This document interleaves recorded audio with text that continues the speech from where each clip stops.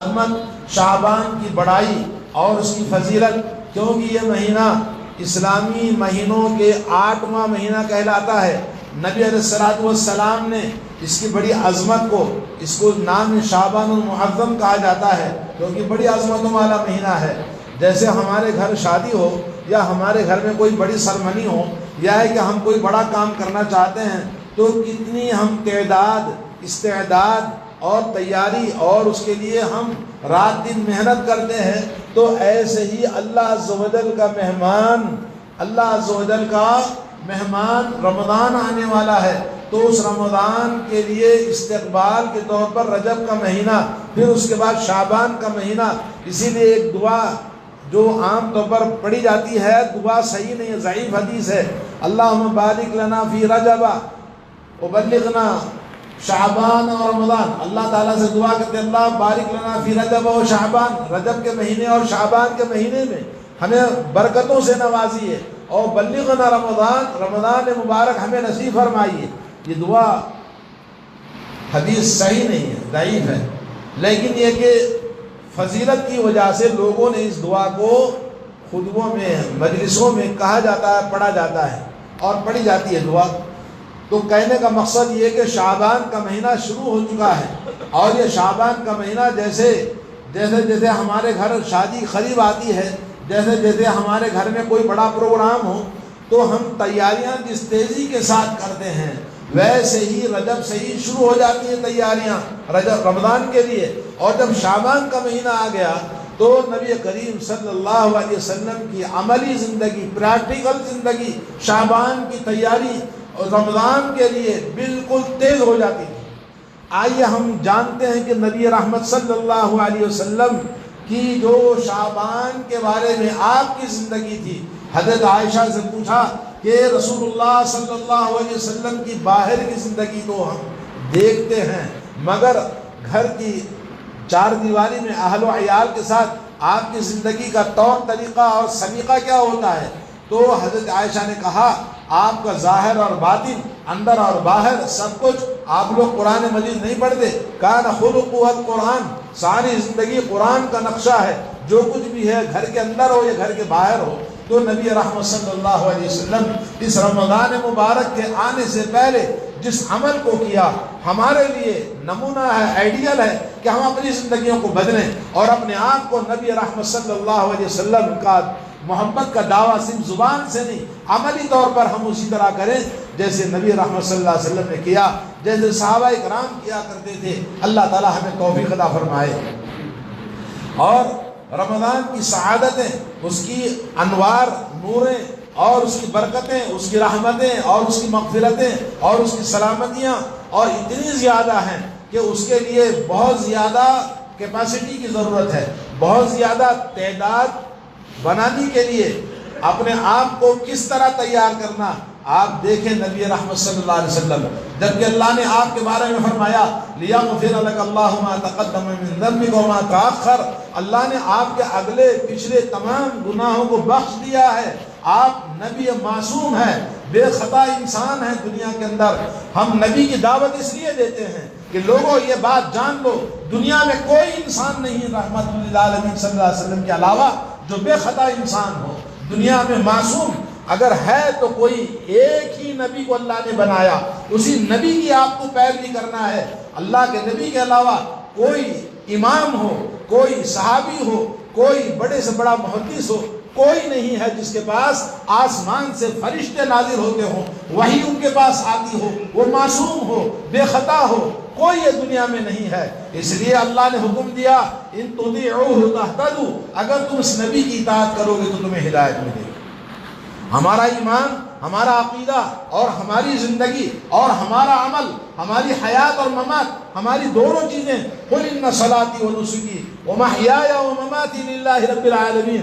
آپ کہہ دیجئے نبی صلی اللہ علیہ وسلم کہ کیا کہیں؟ میری زندگی، میری موت اور میری نماز، میری قربانی، میرا سب کچھ اللہ رب العالمین کے لیے ہے۔ کون کہہ رہے ہیں؟ اللہ نے حکم دیا نبی کو، نبی کو حکم ملا کہ لوگوں کو بتا دو اپنے بارے میں، لا شریک لہ وبذالک امرت، اللہ عز و جل کا عبادت میں کوئی شریک نہیں۔ اسی بات کا مجھے حکم دیا گیا ہے اور اسی بات کا میں مسلمان ہوں، نبی نے اعلان کیا۔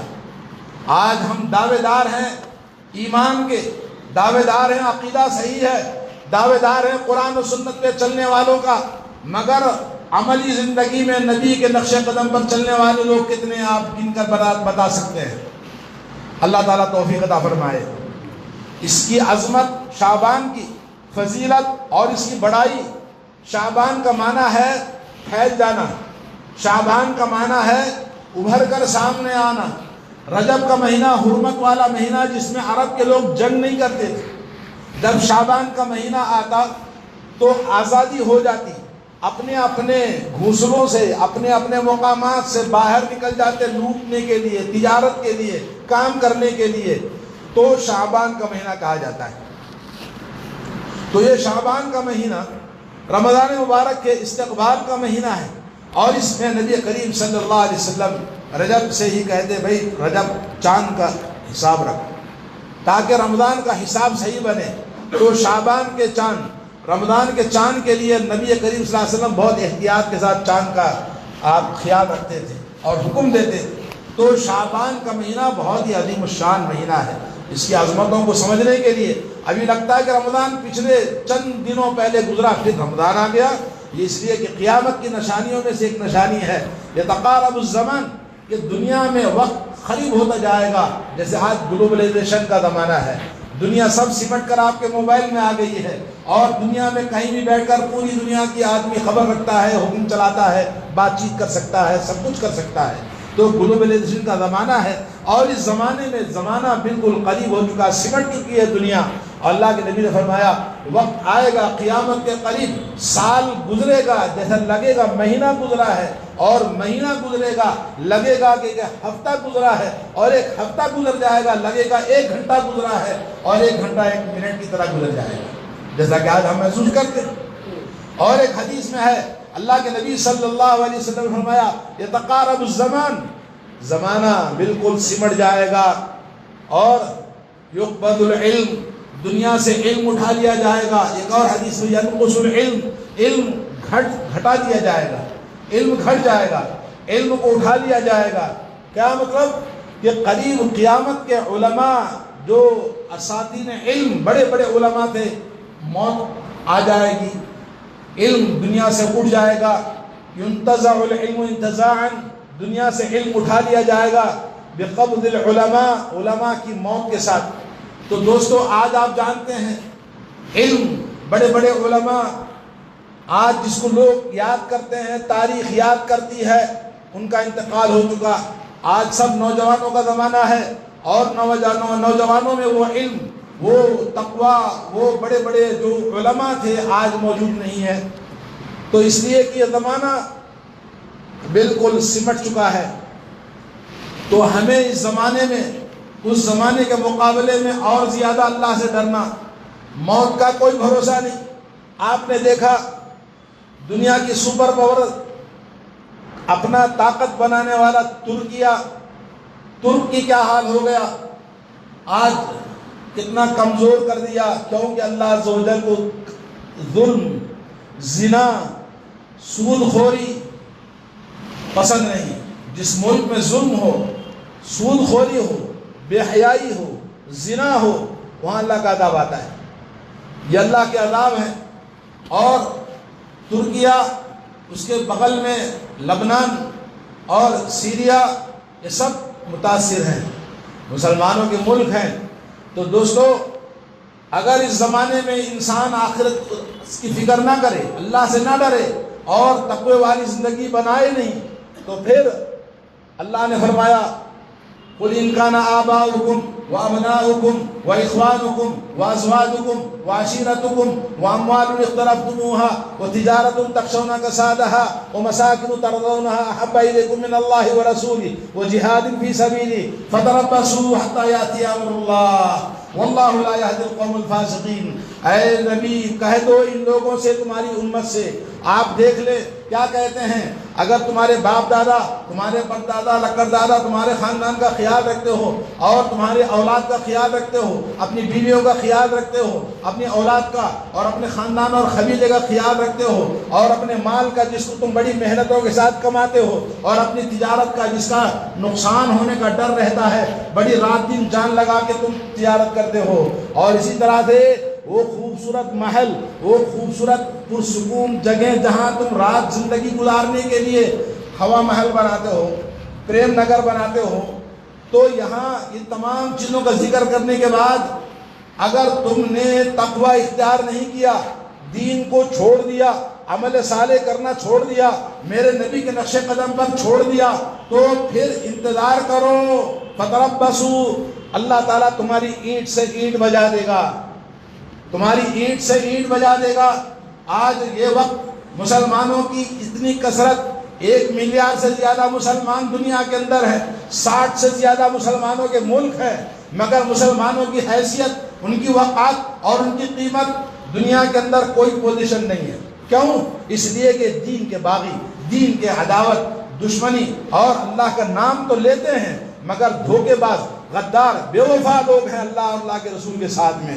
تو اللہ نے بھی ایسے ہی کیا، مکروا مکر اللہ واللہ خیر الماکرین، انہوں نے چال بازیاں کی، اللہ نے بھی چال بازیاں کرنے والا ہے اور بہترین چال باز ہے اللہ تعالیٰ۔ تم جیسا کھیل کھیلتے ہو، تم سے زیادہ کھیلنا اللہ کو آتا ہے، لا حول ولا قوت الا باللہ۔ اس لیے دو رنگی چھوڑ دے، ایک رنگ ہو جا، مومن ہو جا یا کافر ہو جا۔ آج نفاق بھرا ہوا ہے ہمارے جماعت میں، لوگوں کے اندر، مسلمانوں کے اندر، یہ ادھر کے بھی نہیں ادھر کے بھی نہیں، نہ خدا ہی ملا نہ مثال سلم، نہ دنیا میں کامیاب نہ آخرت میں کامیاب۔ تو ضرورت ہے بدلنے کی، نہ بدلو گے تو اللہ کو بدلنا آتا ہے۔ ان تتولوا یستبدل قوما غیرکم ثم لا یکونوا امثالکم، اگر تم نہیں بدلو گے تو اللہ تعالیٰ عز و جل کو بدلنا آتا ہے۔ جیسے دنیا میں مختلف قوموں کو بدل چکا ہے اور تم کو بدلنا اللہ کے لیے کیا مشکل ہے۔ سوال یہ کہ آپ کا کیا پوزیشن ہے، آپ کی کیا مقام ہے اللہ کے پاس میں، یہ فکر کرنے کی ضرورت ہے۔ اللہ تعالیٰ ہمیں توفیق عطا فرمائے۔ شعبان کی بات ہو رہی تھی، حضرت اسامہ بن زید رضی اللہ تعالی عنہ اسی شعبان کی عظمت کو دیکھ کر، نبی کی زندگی کو دیکھ کر حضرت اسامہ رضی اللہ تعالی عنہ نے نبی سوال کیا، لم ارک تصوم من شہر من الشہور ما تصوم من شعبان، کیا بات ہے اتنے زیادہ آپ روزے رکھتے ہیں، کسی مہینے میں نہیں رکھتے جو شعبان میں آپ روزے رکھتے ہیں۔ تو نبی نے جواب دیا، ذاک شہر یغفل الناس عنہ بین رجب و رمضان، یہ رجب کا اور رمضان کے درمیان کا جو مہینہ ہے شعبان کا، یہ عظیم الشان مہینہ ہے جس سے لوگ غفلت میں پڑے ہوئے ہیں، لوگوں کو اس کی قدر نہیں، اس کی قیمت نہیں، لوگ اس کی حقیقت کو نہیں جانتے ہیں۔ تو اللہ کے نبی نے فرمایا یہ شہر ہے، وہ شہر کے معنی عربی میں شہر کہتے ہیں مہینے کو، وَهُوَ شَهْرٌ تُرْفَعُ فِيهِ الْأَعْمَالِ، یہ وہ مہینہ ہے جس کے اندر بندوں کے اعمال کو پیش کیا جاتا ہے اللہ رب العالمین کی بارگاہ میں، سال بھر کے اعمال آپ کے جمع کر کے دفتر پیش کیا جاتا ہے۔ انی احب ان یرفع عملی، رب العالمین کی بارگاہ میں جب نام اعمال پیش ہوں گے تو اس ناچیز کا بھی عمل پیش کیا جائے گا۔ میں چاہتا ہوں کہ میرا دفتر اعمال جب اللہ کی بارگاہ میں پہنچے تو میں حالت روزے میں رہوں۔ کون سا دن ہے نام اعمال پیش کیا جاتا ہے؟ وہ نہیں ہے۔ اللہ کے نبی مسلسل روزے رکھتے تھے۔ تو سب سے بڑی فضیلت یہ ہے کہ اس مبارک مہینے کو اللہ کے نبی نے آگاہ کیا، الارم دیا کہ لوگ غفلت برت رہے ہیں، اس کی قدر نہیں جانتے، تو اس کی قدر کرنا سیکھیں۔ نبی نے کیوں فرمایا کہ غفلت برتیں گے، اور فرمایا رب العالمین کی بارگاہ میں نام اعمال ہر ایک کا پیش ہوتا ہے۔ نبی چاہتے ہیں کہ میرے نام اعمال پیش ہوں تو میں حالت روزے میں رہوں۔ تو مطلب یہ ہوا کہ ہم بھی اپنے اعمال میں کچھ تبدیلی لائیں، تھوڑی سی وقت کی قربانی دے۔ اور نبی کریم صلی اللہ علیہ وسلم نے ایک اور حدیث ہے حضرت عائشہ ام المؤمنین رضی اللہ تعالی عنہا کی، پہلی والی حدیث سنن نسائی کے اندر ہے، امام البانی نے اس کو حسن کہا، دوسری حدیث صحیح بخاری صحیح مسلم کی حدیث ہے۔ حضرت عائشہ رضی اللہ تعالی عنہ فرماتی ہیں کہ رسول اللہ صلی اللہ علیہ وسلم فرماتے ہیں، پوچھا رسول اللہ سے، لم یکن النبی صلی اللہ علیہ وسلم یصوم شہرا، میں نے کبھی نہیں دیکھا کہ رسول اللہ صلی اللہ علیہ وسلم پورا مہینہ روزہ رکھتے ہوں سوائے رمضان کے، لیکن شعبان کے اندر آپ پورا مہینہ روزہ رکھتے رکھتے ایسا روزہ رکھتے ہیں کہ گویا پورا مہینہ آپ روزہ رکھیں گے۔ یہ صحیح بخاری کے اندر حدیث ہے 1969 اور صحیح مسلم کے اندر 1165 حدیث نمبر ہے۔ تو دوستو یہ حدیث بتاتی ہے کہ کثرت کے ساتھ شعبان کے مہینے میں روزے نبی کریم صلی اللہ علیہ وسلم رکھا کرتے تھے۔ تو ہمیں بھی چاہیے کہ رمضان کے استقبال میں، یہ مبارک مہینہ روزوں کا مہینہ ہے، رمضان کے فرض روزے ہیں، مگر یہ فرض نہیں ہے، مگر اس رمضان کے استقبال میں نبی نے روزے رکھے۔ اور اس کی ایک اور حدیث ہے جو بہت ساری احادیث میں بے شمار صحابہ کرام نے اس کو روایت کیا، حضرت عبداللہ بن عمر بن العاص، حضرت ابو موسیٰ اشعری رضی اللہ تعالی عنہ اور مختلف صحابہ سے حدیث مروی ہے کہ غفران الذنوب، اس مہینے کے اندر گناہ معاف کیے جاتے ہیں۔ جیسا کہ ابھی آپ نے سنا، نام اعمال پیش ہوتے ہیں، اللہ تعالیٰ بندوں کے گناہوں کو بخش دیتا ہے۔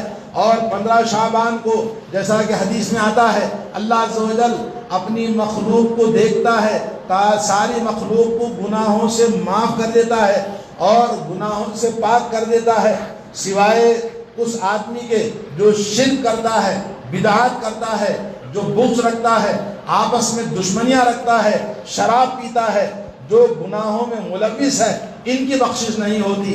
اس کے علاوہ بہت سارے بندوں کو اللہ تعالیٰ گناہوں سے معاف فرماتا ہے۔ تو میرے بھائیوں، یہ مبارک مہینہ بڑی عظمتوں والا مہینہ ہے، اور یہ حدیث بے شمار احادیث کے اندر اس کی روایت موجود ہے، اور یہ حدیث حسن درجے کی ہے، اور البانی رحمۃ اللہ علیہ نے اس کو صحیح میں درج کیا ہے۔ تو ہمیں چاہیے، علامہ ابن رجب رحمہ اللہ کہتے ہیں کہ نبی کریم صلی اللہ علیہ وسلم کثرت کے ساتھ روزے کیوں رکھتے تھے؟ اس لیے کہ یہ ٹریننگ ہے، تربیت ہے، اپنے آپ کو آنے والے مبارک مہینے کے اندر آسانی کے ساتھ ہم روزہ رکھیں، اس کا برڈن، اس کا وزن، اس کا بوجھ ہمارے اوپر اچانک نہ ہو، بلکہ ہم ابھی سے روزوں کی عادت ڈالیں۔ اور اس لیے کہ رمضان کے روزے جب رمضان میں ہم داخل ہوں تو مشقت نہ ہو، کہیں دھوپ ہے تو کہیں سردی ہے، لیکن جہاں دھوپ ہوگی ان کے لیے زیادہ مشقت ہوگی، تو کھانا پینا ہر چیز پر زندگی کو بریک لگانا پڑتا ہے۔ تو مشقت سے بچنے کے لیے اور تکلیف سے بچنے کے لیے، اور اس لیے کہ ہمارے اندر روزے رکھنے کی عادت پڑ جائے، روزوں کی مٹھاس، عبادت کی لذت ہمیں معلوم ہو سکے، اور پوری قوت کے ساتھ، پورے شوق اور جذبے کے ساتھ اللہ کی رحمتوں کو، اللہ کی مغفرتوں کو، اللہ رب العالمین کی سلامتیوں کو، اللہ رب العالمین کی معافی کو پانے کے لیے یہ ابھی سے ٹریننگ کرنا ہے، کیونکہ اللہ عز و جل کا مہمان خصوصی اللہ عز و جل نے رکھا ہے، اور مقصد ہی اس کا تقویٰ ہے، آخرت والی زندگی بنانا ہے، اور اس دنیا کے انسانوں کو پاک صاف کر کے ملائے اعلیٰ والا، آسمانوں والا، جنت والا بنانا ہے۔ اللہ کے یہاں تو رمضان کے روزے داروں کے لیے جنت کی تیاری پورے سال ہوتی ہے، اور جب مہینہ آ گیا، 11 مہینے جنت کو بنایا، جنت کو سجایا، حوروں کو بنایا، اور حوروں کی انتظار اور جنت کا انتظار، دروازے کھول دیے جاتے ہیں۔ تو شعبان کا مہینہ، اسی کی تیاری، نبی رحمت صلی اللہ علیہ وسلم کی زندگی کو دیکھو کہ کیسے وہ تیاری کرتے ہیں رمضان کے آنے سے پہلے۔ اس مبارک مہینے کے اندر آپ کی عبادتوں کا جذبہ اور چسکا تھوڑا تو ہماری زندگی میں ہونا چاہیے۔ ایمان دعویٰ ہمارا موجود ہے، لیکن عمل سے ہماری زندگی خالی ہے۔ تو دوستو، یہ مبارک مہینہ جو ابھی آیا اور ہمارے پاس سے گزرتا جا رہا، دیکھتے دیکھتے چند دنوں کے اندر یہ شعبان کا مہینہ ختم بھی ہو جائے گا۔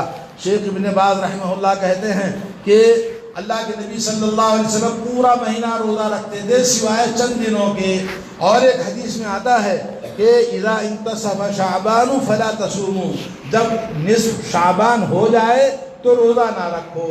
تو مطلب یہ ہوا کہ آدھے شعبان کے بعد روزہ اسٹارٹ نہیں کرنا ہے، بلکہ شروع سے آپ کو روزہ رکھنا ہے شعبان کے نصف تک، اور جب نصف ہو گیا تو جو لوگ کھڑے ہوتے ہیں بدعتی لوگ اور مختلف قسم کے بدعات لے کر اور مسجدوں کو سجانا، قبرستانوں کو جانا، عبادتوں کی رات مقرر کرنا، اس کا ثبوت کہیں بھی حدیث کے اندر نہیں ہے۔ 17 صحابہ اکرام سے وہ احادیث موجود ہے جو شعبان کی فضیلت میں لوگ مسجدوں میں 14ویں تاریخ 15 کی رات کو بیٹھ کر لوگوں کو جمع کر کے حلوائی، مٹھائی، جلیبی کھا کر خوب تقریریں کرتے ہیں، قبرستانوں کو لے جاتے ہیں، لیکن اس کا ثبوت کسی بھی صحیح حدیث سے ایک حدیث بھی قابل حجت نہیں ہے۔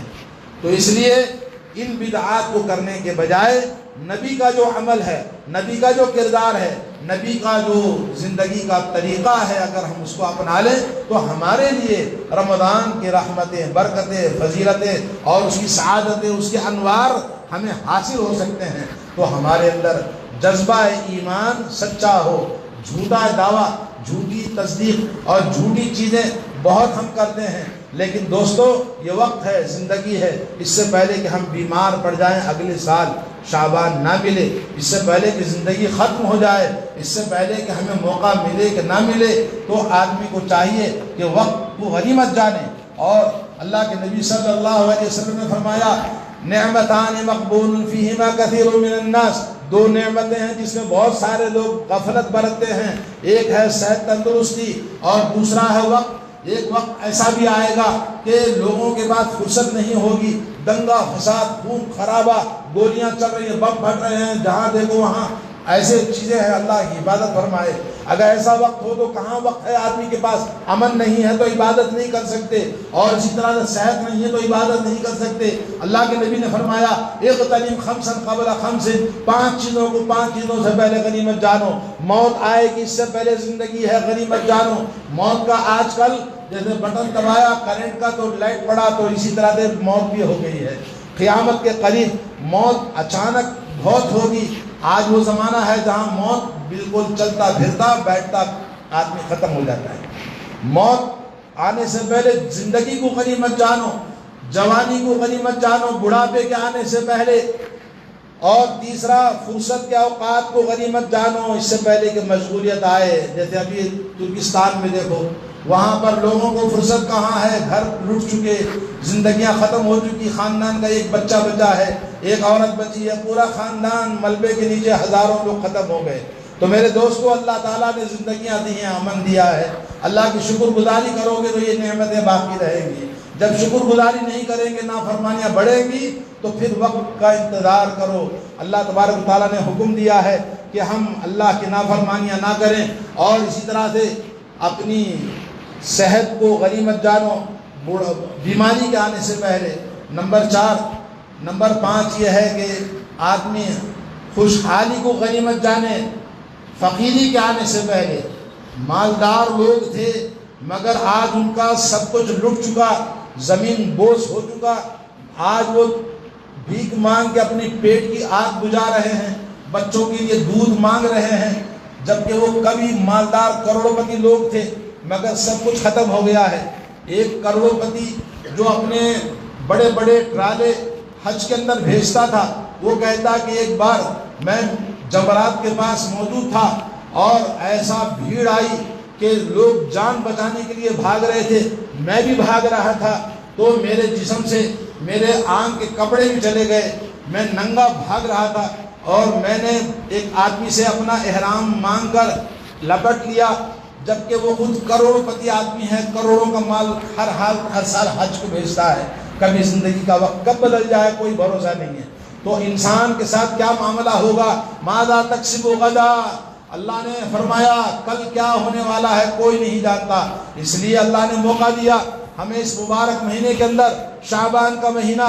ایک حدیث ہے، ضعیف حدیث ہے، کہ شہر اللہ کا مہینہ رمضان کا ہے، شعبان کا مہینہ میرا ہے، اور اس مہینے کا نام شہر المکفر، یہ گناہوں کو پاک کرنے والا اور یہ گناہوں سے مغفرت دلانے والا مہینہ ہے۔ ایک حدیث ہے، ضعیف ہے۔ اور یہ دوستو، اس مہینے کے اندر شب برات کا انتظار نہ کرو، نبی نے شب برات نہیں بتائی۔ شب کے معنی رات، برات کے معنی برات کا اعلان کرنا۔ جیسے آپ جانتے ہیں کورٹ کے اندر کورٹ کیا کرتا ہے، بولے آپ کو بری کر دیا۔ بری کرنے کا مطلب ہے کہ علیحدہ کر دینا، آپ مجرم نہیں ہیں۔ تو اسی طرح سے شب برات نام رکھا ہے شیعہ رافضیوں نے، ان کا نام شیعہ رافضوں نے شب برات کا نام دیا۔ برات کا معنی ہے اس دن شیعہ لوگ 15 شعبان کی رات کو باہر جاتے ہیں اور اعلان کرتے ہیں کہ یہ قرآن جھوٹا ہے، اس قرآن کا ہم انکار کرتے ہیں۔ پرچیاں لکھ کر وہ ڈالتے ہیں پانی میں، قبروں میں، درگاہوں میں ڈالتے ہیں، اور یہ کہتے ہیں کہ ہمارے لیے دوسرا قرآن لے کر آؤ، امام مہدی کا انتظار کرتے ہیں۔ تو قرآن سے برات کی رات ہے وہ، اور یہ شعبان کی فضیلت میں جو قبرستان جاتے ہیں وہ شیعہ کا دیا ہوا طریقہ ہے، اسلام کا نہیں ہے۔ تو اس طرح سے یہ حدیث جھوٹی من گھڑت بنائی۔ نبی نے قبرستان میں زیارت کی، کہا عائشہ اللہ تعالیٰ اس رات میں لوگوں کی مغفرت فرماتا ہے بنو کلب کی بکریوں کے مانند، سب غلط ہے۔ نبی اکیلے کیوں چلے گئے؟ عائشہ پیچھے پیچھے کیوں چلی گئی؟ تو یہ سب بناوٹی حدیثیں ہیں۔ نبی کریم صلی اللہ علیہ وسلم نے اس فضیلت کو جو عملی کردار دیا ہے، صحیح احادیث بخاری مسلم کے اندر، دوسری احادیث کی کتب ستہ کے اندر موجود ہے، اس پر ہمیں عمل کرنا چاہیے۔ اور جو آدمی ہر مہینہ 3 روزے رکھتا تھا، شعبان کے مہینے بھی 3 دن روزہ رکھے، 13، 14، 15، اور نبی کی سنت تھی ہر پیر اور جمعرات کو روزہ رکھنا، ہر ہفتہ 2 دن۔ اگر کوئی روزہ رکھتا تھا تو شعبان کے اندر بھی روزہ رکھے، 15 شعبان تک روزہ رکھنا سنت ہے۔ شیخ البانی رحمۃ اللہ علیہ کہتے ہیں اگر کوئی آدمی اگر ایک شعبان سے لے کر 15 شعبان تک روزہ رکھا اور بھی آگے رکھا، سنت کو پا لیا، کیونکہ حدیث ہے عائشہ رضی اللہ تعالیٰ کی۔ اگر کسی کو روزہ رکھنا ہے وہ 15 شعبان کو شروع کرتا ہے تو یہ بدعت ہے۔ علامہ شیخ الاسلام ابن تیمیہ رحمۃ اللہ علیہ کہتے ہیں 15 شعبان کا مخصوص روزہ رکھنا مکروہ ہے۔ تو 15 شعبان کی عبادت یا روزہ یا کوئی بھی جو رات بنائی جاتی ہے، یہ لوگوں کا بنایا ہوا طریقہ ہے، نبی کا نہیں، صحابہ کا نہیں، تابعین کا نہیں، ائمہ اکرام کا نہیں، محدثین کا نہیں، یہ لوگوں کا اپنا بنایا ہوا۔ جیسے میں نے کہا شیعہ نے ہم کو دیا ہے، شیعہ نے جو دین دیا اتنا پاورفل دیا، اپنا نام ہٹا دیا، سنی بریلوی جماعت بنا دیا، اور وہ شیعہ کا تمام جو ان کا سلیبس ہے اس کے اندر ڈال دیا اور نام رکھا سنی جماعت۔ تو یہ سب شیعہ کا دیا ہوا دین ہے، تو اس لیے احتیاط کریں، قرآن و سنت دلیل ثبوت کے ساتھ میں جو چیز ہے وہ کریں، اور جو چیز نہیں ہے اللہ تعالیٰ ہمیں اس سے بچنے کی توفیق عطا فرمائے۔ اور اس مہینے کے اندر بہت سارے اور بھی کام ہوئے تھے، اللہ تعالیٰ نے مسلمانوں کو فتح اور نصرت، غزوہ بنی مصطلق ایک جنگ کا واقعہ پیش آیا غزوہ، اور اسی طرح اسی مبارک مہینے میں حضرت عائشہ پر تہمت لگائی گئی، اور اس میں یہ آیت سورہ نور کی حضرت عائشہ کی برات کی نازل ہوئی، اور اسی مہینے میں تیمم کا حکم نازل ہوا۔ اسی طرح بہت سارے اور بھی اس کے اندر فضیلتیں ہیں، جو احکام ہیں نازل ہوئے ہیں، لیکن ہمارے لیے یہ ہے کہ اس مبارک مہینے کے اندر جن باتوں کو آپ نے سنا، اللہ تعالیٰ ہم سب کو عمل کرنے کی توفیق عطا فرمائے۔ اللہ عز و جل ہمارے ایمان کو، ہمارے عمل کو زیادہ کرنے کی توفیق عطا فرمائے، اور ہر طرح کی معصیت، گناہ، برائی اور جتنے بھی ظلم و ستم، حرام کاریاں ہماری زندگی میں اللہ تعالیٰ اس سے ہمیں دور رکھے۔ اللہ تعالیٰ ہم سب کو معاف فرمائے، صراط المستقیم پر چلائے۔ اہدنا الصراط المستقیم صراط الذین انعمت علیہم غیر المغضوب علیہم ولا الضالین۔ بارک اللہ لی ولکم فی القرآن العظیم۔